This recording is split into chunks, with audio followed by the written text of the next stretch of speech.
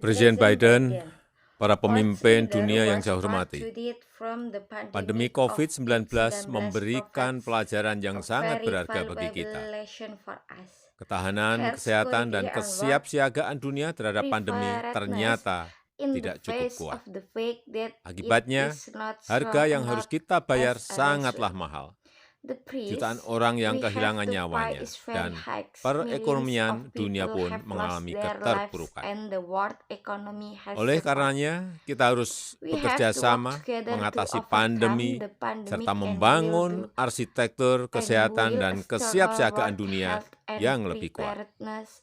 Untuk mengatasi pandemi, percepatan vaksinasi harus dilakukan untuk menjangkau 70% penduduk setiap negara. Momentum turunnya jumlah kasus saat ini harus dimanfaatkan untuk meluncurkan pukulan terakhir terhadap COVID-19. Vaksin harus secepatnya menjadi vaksinasi. Kolaborasi kita harus menjembatani tantangan vaksinasi, mulai dari pembiayaan, logistik, dan sumber daya manusia. Sementara itu, untuk membangun arsitektur kesehatan dan kesiapsiagaan dunia yang lebih kuat, paling tidak diperlukan 3 hal. Yang pertama, akses kesehatan yang inklusif. Seluruh masyarakat tanpa terkecuali harus memiliki akses terhadap layanan kesehatan dasar. Infrastruktur kesehatan dasar harus memadai dan siap menghadapi pandemi. Di tingkat global, setiap negara, besar maupun kecil, kaya maupun miskin, harus memiliki akses yang setara terhadap solusi kesehatan. Yang kedua, akses pembiayaan yang memadai. Tidak semua negara memiliki sumber daya untuk memperbaiki infrastruktur kesehatannya. Kita perlu mekanisme pembiayaan kesehatan baru yang melibatkan negara donor dan bank pembiayaan multilateral. Dukungan pembiayaan kesehatan harus dilihat sebagai sebuah investasi dan tanggung jawab bersama mencegah pandemi. Yang ketiga, pemberdayaan.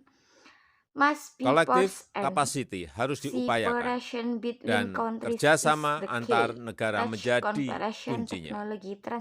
Kerjasama riset, kerjasama transfer teknologi, dan akses ke bahan mentah harus diperkuat. Tidak boleh ada monopoli rantai pasok industri kesehatan. Diversifikasi pusat produksi obat, vaksin, alat diagnostik, dan terapeutik harus dilakukan. Dengan kapasitasnya, Indonesia siap menjadi hub produksi dan distribusi vaksin di kawasan. Yang mulia, presidensi Indonesia di G20 memberikan perhatian besar terhadap kerjasama kesehatan secara inklusif.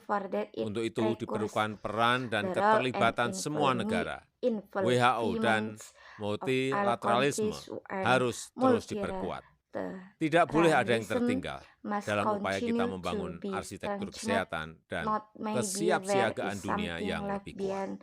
Recover together, recover stronger.